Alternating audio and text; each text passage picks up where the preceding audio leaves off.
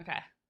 All right. Hello and welcome to Critical Conversations. I'm your host, Karissa Dean, and today I'm so freaking excited. I always say that though, but actually I am. Chrissy Williams is on here today, and she is going to give us some amazing, amazing tips, tricks, and hints.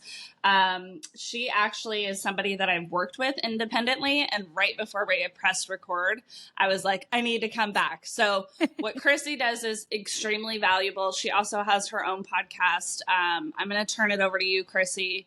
Tell our audience a little bit more about you, and then let's dive in. Yeah, sure. I'm so excited also to be here. Thank you for having me, Karissa.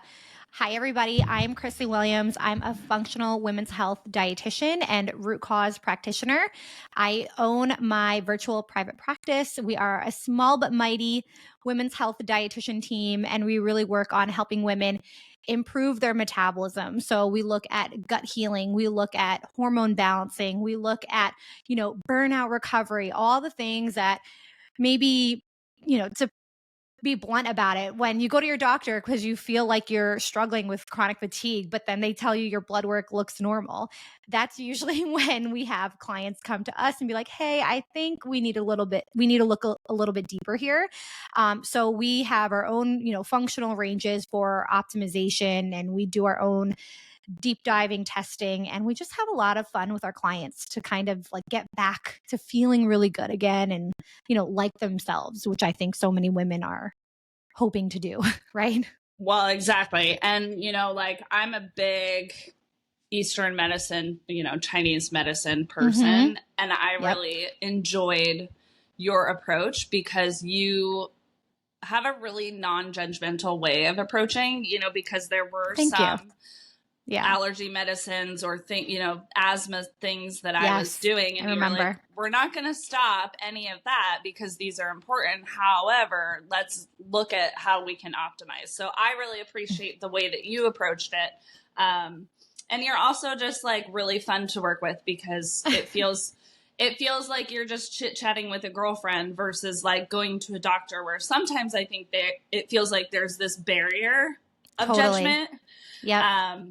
So I love that about you. So that's my plug for Chrissy. Oh, thank you. Today we're actually going to deep dive stress, and we're going to talk about different red flags. What do you notice most commonly when somebody comes to you? They say they're tired, they're feeling overbooked, overburdened. What are the actual physical symptoms that we're looking at? Yeah. So to be honest, I think 99.999% of our clients come to us, feeling kind of like, I just feel so burnt out, right? And kind of diving deeper into that. Like, what does that mean? Like kind of feeling that chronic fatigue or feeling like brain fog, right? Like they can't even remember what they did this morning. They can't remember the conversation that they just had with their partner. They can't remember what their little kid, like their son or daughter just told them, right? Kind of feel like, what? Wait, why did I come into this room? Feeling just very dysregulated, and I know you do a lot of nervous system support work, and we've talked about that with your clients, and that is so important. But there's also other things, right? Like the physical symptoms that your body's feeling. A lot of women don't even realize like gut issues are also directly tied to how well you're managing your stress or lack of, right? Like if you're feeling constantly bloated, well, you're probably running on cortisol, which is our stress hormone. And, a lot of women don't put two and two together. Or I think another big one is weight management issues. Like, oh, I just gained 10 pounds or 20 pounds in a year and I have no idea why. Like, what's happening? Then they do, not to get too nerdy, like we're just getting into it now, but then they'll be like, but my thyroid work looks normal, my blood work. So like, what's happening, right? So this is the kind of stuff we see with our potential clients or prospectives coming in, and then be like, okay, clearly there's something wrong, regardless of everything else looking quote unquote normal on your blood work. Let's dig a little bit deeper. And then to your point, Karissa, we talk about, okay, like, well, how do you go about your day? What does your schedule look like? What are you, how do you wake up in the morning? That first 2 hours of waking is, our cortisol awakening response, and like how you navigate your first 2 hours is like a huge piece to like how the rest of your day is going to feel that many women don't realize. So yeah, that's, Well, sorry, I kind of got into it, but yeah. No. That's what we're doing. That's how we go. But that's the thing is, like, I feel like as women, right, we are on the back burner. And I talk about this Totally. all the time with all of my clients, even my girlfriends, like even like my mother figures or my, auntie figures. We're on the back burner. Like when you look at like the order of operations, it's like our health, our well-being, what we eat is at the very bottom, because it's often about, I have to feed the kids, I have to make sure the kids are okay. And so, half the time it's like, you push your kids out the door or you are pushed out the door, and it's like, Right. did I even eat? So let's talk about this morning routine, because I feel this to my core. This is actually something that I had to train myself and get really good at. Right. And it's so important. I used to. So when, before I started my personal development journey and got into coaching and all the things, I was that person that was pressing snooze. Right. Waking up with like the bare minimum to get out the door. And it's like, no wonder you felt the way that you felt. So let's talk about like this optimal, like, what is this first 2 hours for our body? Why is this so important? Yeah. So we're going to get nerdy for like a hot second to really understand like cortisol 101, right? So I'll pause and say, remember, I know men probably listen to this too. So men and women's like cycles and cortisol, it's very different. So we work with solely women. So I'm talking to my women listeners here.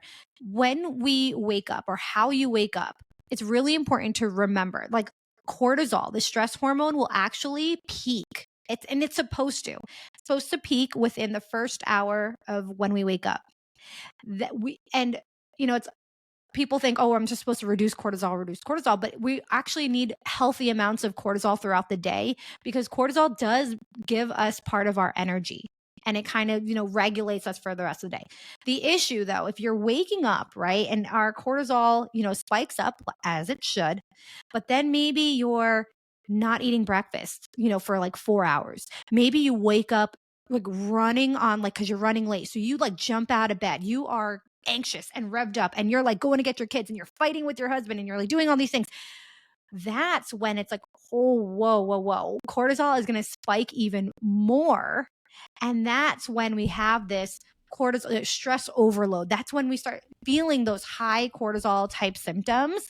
And it really is all about how we navigate our morning that could actually either make or break how you feel for the rest of the day. So I know we've talked about this before, Karissa, but like, the first hour, balancing your blood sugar, really starting with like a hearty, balanced, high protein, high fiber breakfast. That's like one way to support that normal cortisol levels from getting either too high and then shooting down too low to when you feel like burnt out. That's something easy. Getting sunlight in the morning, like something so simple. And like, 15 minutes of like sunlight exposure, whether you're outside, whether you're having breakfast like with your kids, like by a window, like something like that is really going to trigger your circadian rhythm and really just support like, that cortisol health, that healthy balances throughout the rest of the day. And I think so many women, to your point, you said people wake up and they're just like, oh, I got to do everything and I'll worry about myself. But it's like, I'll worry about myself later. But it's like, no, you can actually, it doesn't need to be so difficult. Right. I feel like we overcomplicate it. Like, oh, well, I'm supposed to go, keto, or I need to do gluten-free. I need, so like, I need to figure this out later. So I'm just not going to do it. But it's like, whoa, girl, you can just do something so simple, eating breakfast in the sun, like so little things throughout the day are way more impactful than waiting to like restart your life. Do you know what I mean? Like restart your whole health journey. Yeah. Yeah. Well, and I think too, Chrissy, it's like, unless you get into it, like unless you get into the weeds of personal development or your health and wellness journey or exercise, it's hard for you to understand because it just looks like this big overwhelming thing. Totally. And yes. I think the thing that's really important for people to understand, what you do, your practice, you have another lady that works for you, so I don't want to leave her out of this gig, but you help people identify what works for them. Yeah. Mm-hmm. And I think that is where we get lost in the weeds, is we're constantly ingesting information based on what worked for somebody else instead of getting curious about what's going to work for me. Right.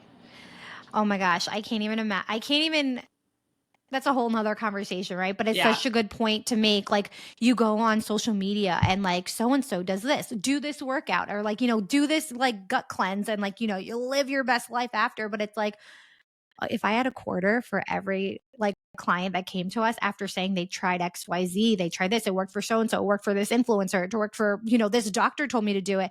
And then they actually like was just more gasoline to their unwanted fire. I mean, yeah, I wouldn't need to work anymore, because You'd be that's how so many rich. times it happens. Yeah. And it's, it's really sad. And I mean, it's also, what we say to our clients, it's like, it's not their fault, and like when we look at their work, when we look at their labs, we're like, hey, that wasn't working for you. Like that, that wasn't the best thing. And here's why, and here's what we're seeing.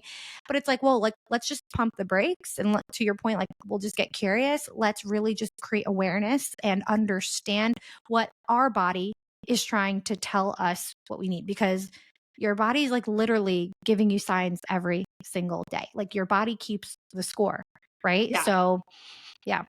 Love that book. Such a great one. Yes. I'm also reading right now The Wisdom of Your Body. Really, really good. That one's a little bit more like trauma based, but anyways, so cortisol equals high stress, which is super interesting to me. But we're also talking about simplifying.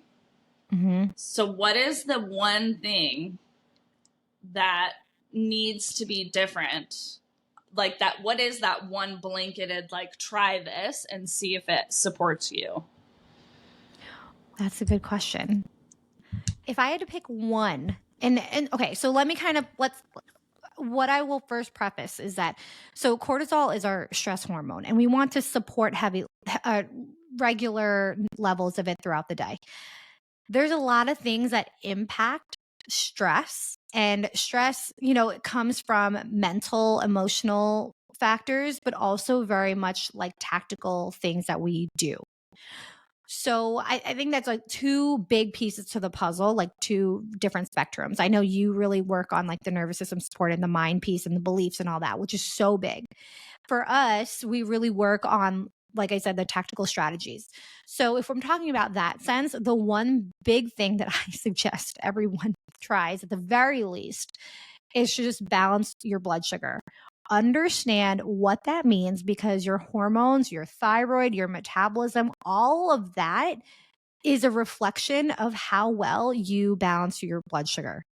And the less you balance your blood sugar, the more wacky your cortisol levels are going to be.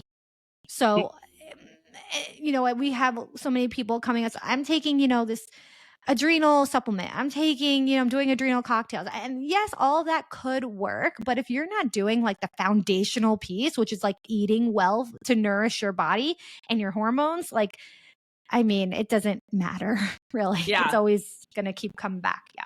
Well, exactly. And that's why I asked that question, because I think when we're looking at like these quick fixes, or like try this for 30 days, it's kind of like, it doesn't work unless you really understand yourself. And you mentioned this before, the awareness, which awareness is number one in all the work that I do. I have, a trademark approach, and awareness is the first piece of it, because if you're not aware of where you're at and what's working and what's not working, if you don't slow down enough to be like, oh, I didn't eat anything today, maybe that's why, right? And, or, oh, I ate the leftover chicken nuggets on my way out the door, or like whatever it is, right? If you don't start to get aware of the behaviors, then you really can't go anywhere. Oh, for sure. I mean, we say to our clients too, like, we can't change something if you have no idea like what you're changing.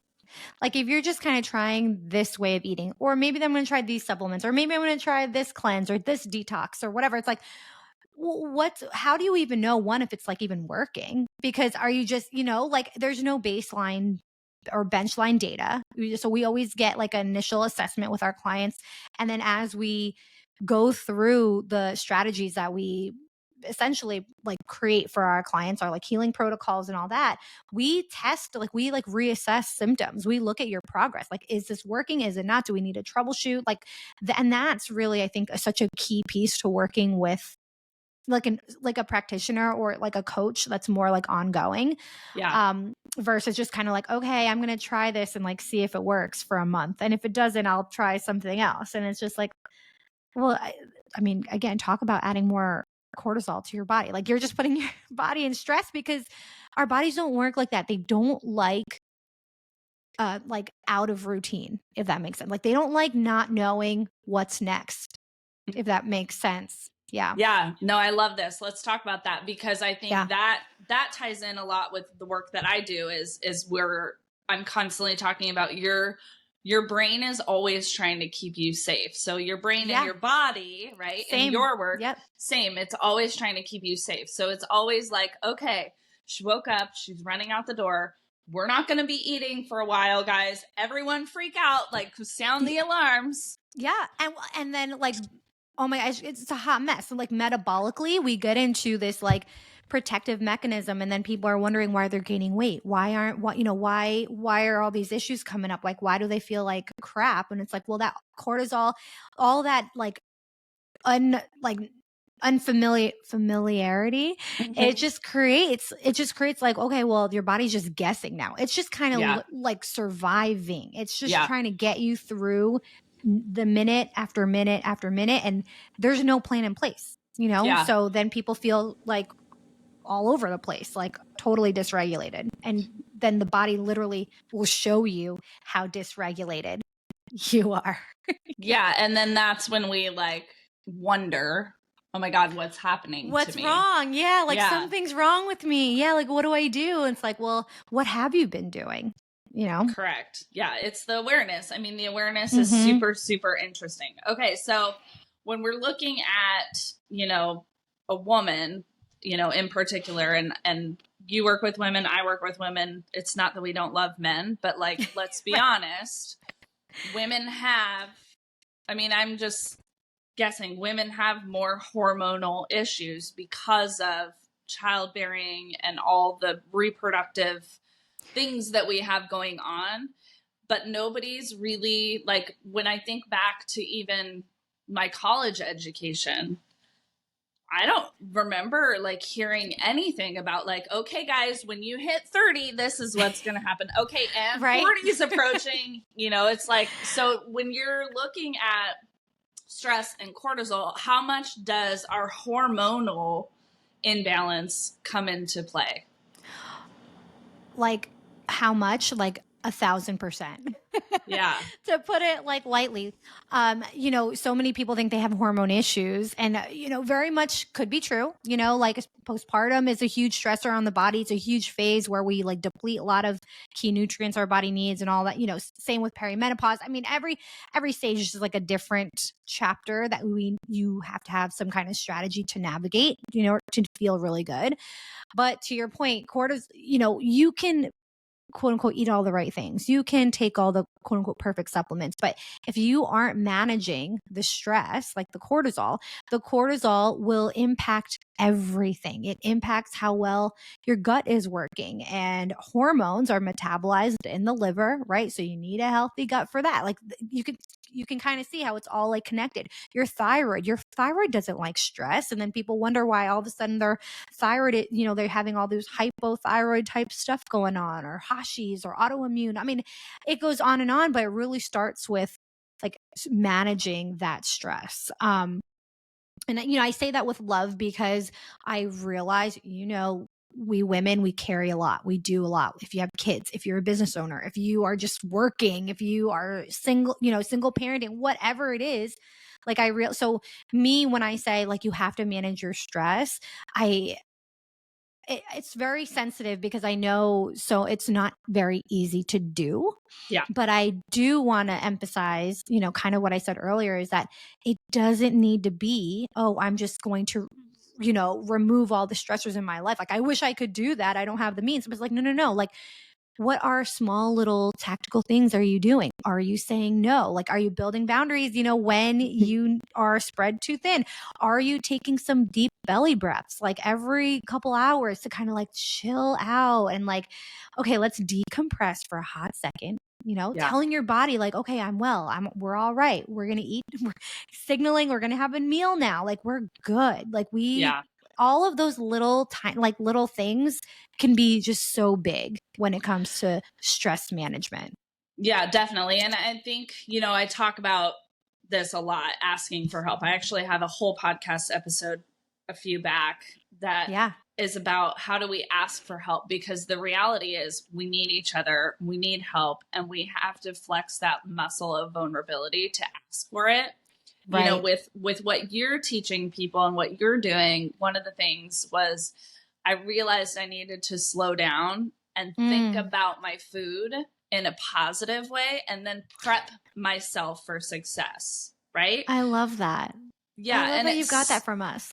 Yeah. Well, I mean, it's like, because the thing is, you're totally right.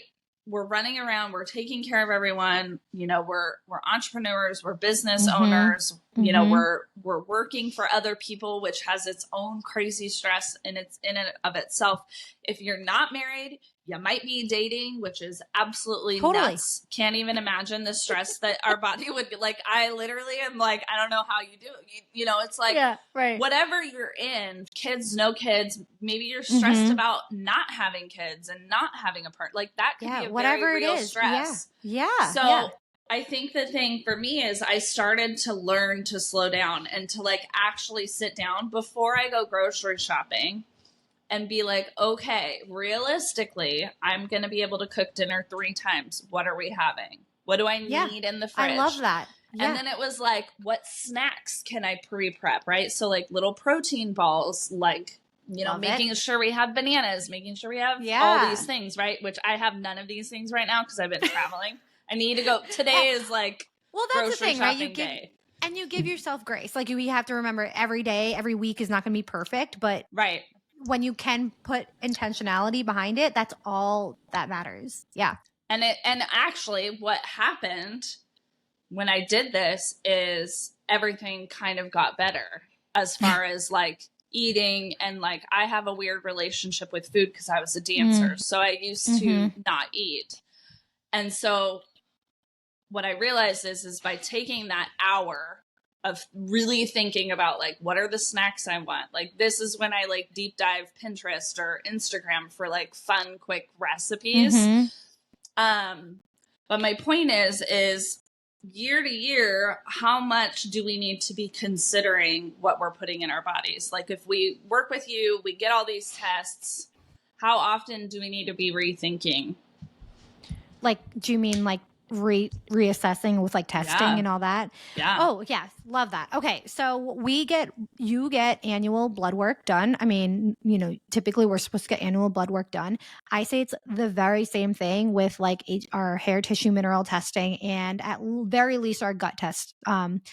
We do hormone testing and we do our own blood work, and that's kind of as needed. But to your question, I think the gut test and our hair tissue mineral test is very much preventative, just as important as a standard like CBC panel and all of that. And again, not to get too nerdy, but specifically for like mineral testing, right? Mineral testing, we look at your hair because it's in the tissues versus what's going on in the blood. And so we actually love doing a full assessment, like holistically looking at blood compared to tissue. We see so many like catches, like little things that, oh, you have low iron on your blood, but then you have tons of iron buildup in your tissues. And that's why you're so inflamed, right? Like that's just an example. But yeah, so we definitely do at least once a year, I would say. I always suggest gut testing and hair testing. And then everything else, if you're feeling like you have heavy periods or like, you're having all these other issues, okay, yeah, let's dig a little bit deeper and get some other tests as needed. Yeah. Yeah. So like year to year, how much is a woman's hormonal body changing? Ooh. That's a big question, just because it depends on age. It depends on what trauma have you gone through, a traumatic year. Then of course your hormones are going to change like so much. But I mean, so it very much depends per person, like per woman. And then, like, are you going to more perimenopause now, or did you just have a pregnancy, like did you just give birth? Like that's a whole, of course those two things are huge hormone shifts as it is. But if you're not doing anything of that and you're kind of like kind of ebbs and flows, it shouldn't be that crazy. And that's why I said you really want to do like hormone testing and deeper hormone stuff if you're feeling it, as needed. Yeah. Okay. So the hormone stuff would be like that deeper layer. You've already tried some of the more, firsthand tests, right? And then things are still, okay, let's go deeper. Okay. That makes sense. So, when we're talking about, red flags, what are we looking out for with stress? Like what is happening? Yeah. So on the day-to-day basis, so like lots of red flags are if you're waking up like chronically tired, like you slept for so long, you feel like you can sleep for much more, yet you're waking up like totally not rested. That's a big red flag. Also feeling like you're so tired, but at the same time you're super wired, like you can't relax. That is like a huge red flag. Like, you can't handle like a 5-minute meditation because you're like, I can't do it. I got to do other things. Like, whoa, that's like super high stress. Feeling really irritable, like even like low, like you're just like low patience with your family or your loved ones, or like, that's another big one.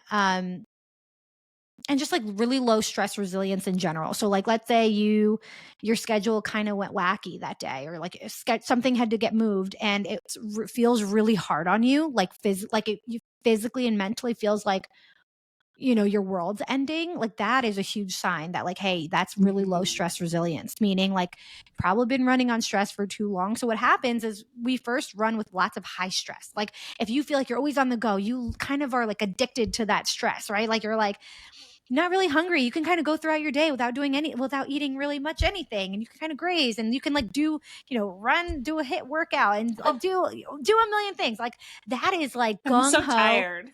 It's like gung-ho stress. Like you are addicted to stress. And some people very much can be. But what happens after a while is then you kind of crash and burn. Then your adrenals get completely out of whack, which control your stress. That's when you're like, okay, like I can't even fathom like going outside to go get the mail right now. My period's here and it is terrible. Debilitating PMS. I have like really, it's really heavy. It's really irregular, hair loss, huge red flag, hair thinning,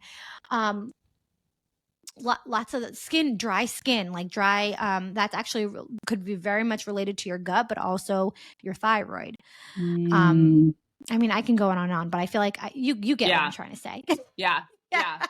Well, it's just like there's so much, right? There's so many layers. And I think like one of my main takeaways is that it's so important to get the individualized information, because 100%. Yes. Otherwise you're just putting on Band-Aid effects that may work for somebody else and will not work for you. And then what are you doing? You're just inserting more stress. Right. Well, and then you think too, right? Like everyone's like, oh, stressed about money, but you're also stressed out. So you like, invest in a bunch of supplements, but then they're doing nothing for you because maybe your gut sucks and like you're can't actually absorb any of the nutrients and like the herbals. And it's like, talk about like wasting time, wasting energy, money. And then again, you're going to be more stressed out because nothing's working. And so it's very frustrating. So I feel for that. Yeah. Yeah. Yeah. And I think like the thing too, because I've worked with you, I've paid you. It's so reasonable.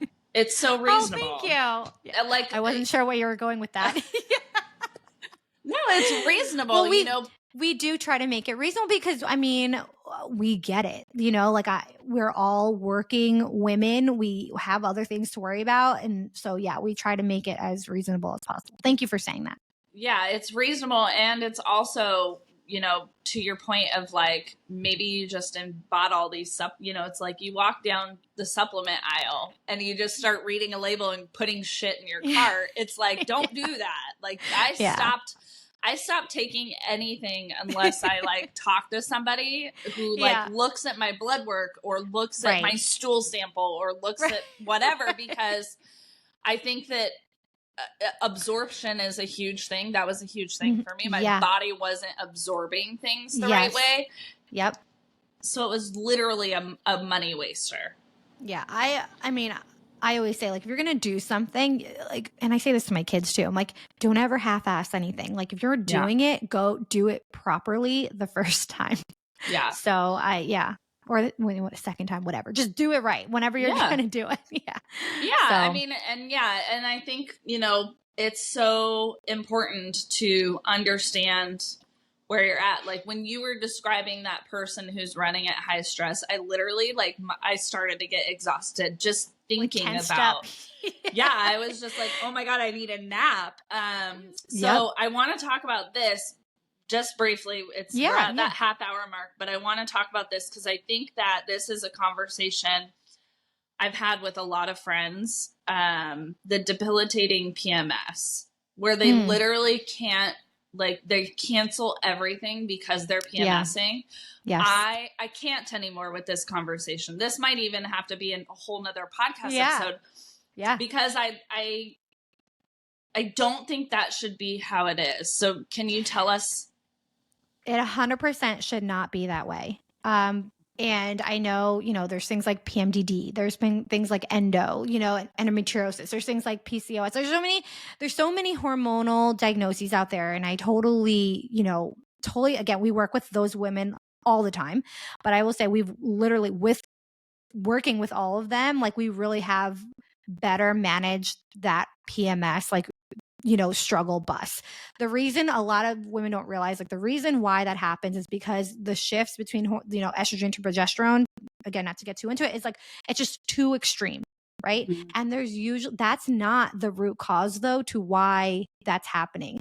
The root cause is like, well, how are you detoxing estrogen properly? Or are you not making enough progesterone to kind of balance it out? So usually we would actually do, like, I would love to look at gut testing, would love to look at minerals and see like what we could do, a hormone test, but really you have to understand why, like, you could have PMS, like really bad PMS because you have sluggish liver. Whereas I could have really bad PMS because I am not eating enough and my thyroid is shot and I'm not making enough progesterone. And so I'm just living on estrogen and you're living, yours are just like all overdrive. So we should do a whole nother thing on that, because I've seen so many things on like TikTok right now. It's like, oh, just take this estrogen, reducing supplement and then like call it a day. But it's like, well, is that what you actually need? Or are you actually just suppressing all of your hormones? And like, then you feel like crap also. Then people wonder, well, why do I have low libido? Why do I feel so like inflamed? Why, all of these things. So yeah, very much try to find your root cause to your specific PMS, because you should feel maybe a little bit of symptoms, but it should not be debilitating where you're like, I need to cancel my entire day. That is a huge red flag to dig deeper. Mm-hmm. Yeah. Okay. Yeah. I mean, basically what I learned is that your health and well-being is individualized, like 100% to a T. And we need to get more curious about it so that we can live better. Yeah. And it's for women too. We have such a big circle, right? We're trying to take care of so many people, but you need to feel really good before you start serving everybody else. And, those with kids, like they are watching everything that you're doing, Yeah. So I always you want to show them at least like what loving your body looks like, caring for your body, nourishing your body, moving your body in ways that like feel good, not out of like hate and like, stress and negativity. Yeah. Really interesting side note about that. So we travel to Nicaragua every year, this, and we spend a lot of time there. And this was the first year. So our daughter is 10. Mm-hmm. Coca-Cola is like, I mean, it's ridiculous down there. Everybody drinks it. It's everywhere. because there's not a great refrigeration system. So it's kind of like the thing that you can, it's just the way that it is. I got it. But she kept asking us one day, can I have a Coke? Can I have a Coke? And I finally was just like, here's my phone. Google how good this is for your body. And she literally Googled it. And then she was like, oh my God, look, there's so much sugar. There's so much caffeine. And then I said, now Google how much you should be having as a child. And guess what? She never asked us for a Coke again. And now she reads labels and she's starting to be like, wow, there's a lot of sugar. Or, wow, that has a lot of sodium. Or like, and she'll tell my husband, Dad, you shouldn't have that because you really need to pay attention to how much sodium you have. Well, yeah. Well, so I love that like education piece. And from you should also like, with our kids, we teach more like intuition as well. So like, okay, maybe you can try soda, see, and then tell me how you feel like in an hour. Yeah. But then, okay, why don't you have, some water, maybe like this, some fruit. And then tell me how you feel. And then let's compare because, I think it's so much. Children are, so intuitive and, we're trying to still teach that to adults, but like, it's one thing to know what's quote unquote, like good for you and like not, but also do you actually know how it makes you feel? And I feel like that is such a big piece too. Yeah. And that goes back. This is a beautiful way to end it. That ties into our awareness. How does it make you feel? And that's 100% been something that I had to get really curious around food because I'm allergic to so many things. Is I have to really pay attention. Okay, I ate this, really didn't feel great. Probably don't need to be eating it anymore because I want to feel good, right? I want to wake up energized. I love what I do, and so it is important. But it's all connected. I love this. Yeah, it's all connected. Yeah. I love that tidbit about asking them about how they feel. I'm going to definitely use that. I think that's really valuable. Yeah, and like my older one, he's 6. He plays hockey, really big hockey player. Like I can't even. That's all you do. It seems like I live at the rink. Involuntarily, but yeah. So sometimes he'll ask for like a snack, like, oh, can I have what is he like these like gummy bear things? But then it's like, oh, okay, well maybe you should try like a banana and peanut butter. And so I'll have him do it. It's like, okay, here, have that, and like tell me how you feel. And he literally, one time he was like, I feel better when I don't eat candy before practice. And I'm like, I love that you came up to that like on your own. Like, I love that you can because, we're also not going to be there forever, right? At school, we're not going to be, wherever when they get older. So it's like remembering to figure out, well, how do I feel after this? How does it relate to my performance and like how I show up? Same with women. Oh my God. Yeah. Oh my God, I love that. What a great little guy. He's so lucky. Okay, well, Chrissy, tell our audience, I'm definitely going to have you come back on. I love everything that you share. Will you please let people know where they can find you and seek out your care and advice? Yes, the biggest place I hang out is on Instagram right now. So at chrissywilliams.rd is my personal Instagram. And from there, you also see we have at the Nourished Era, which is my private practice Instagram. And I also have my own podcast, also called the Nourished Era Podcast. So I'll send you all the links to share. And I'm so excited to hopefully connect with some of your listeners. This was so fun. Yeah. So fun. Thank you so much, Chrissy. I hope you have the best day ever. You too. Thank you. See ya.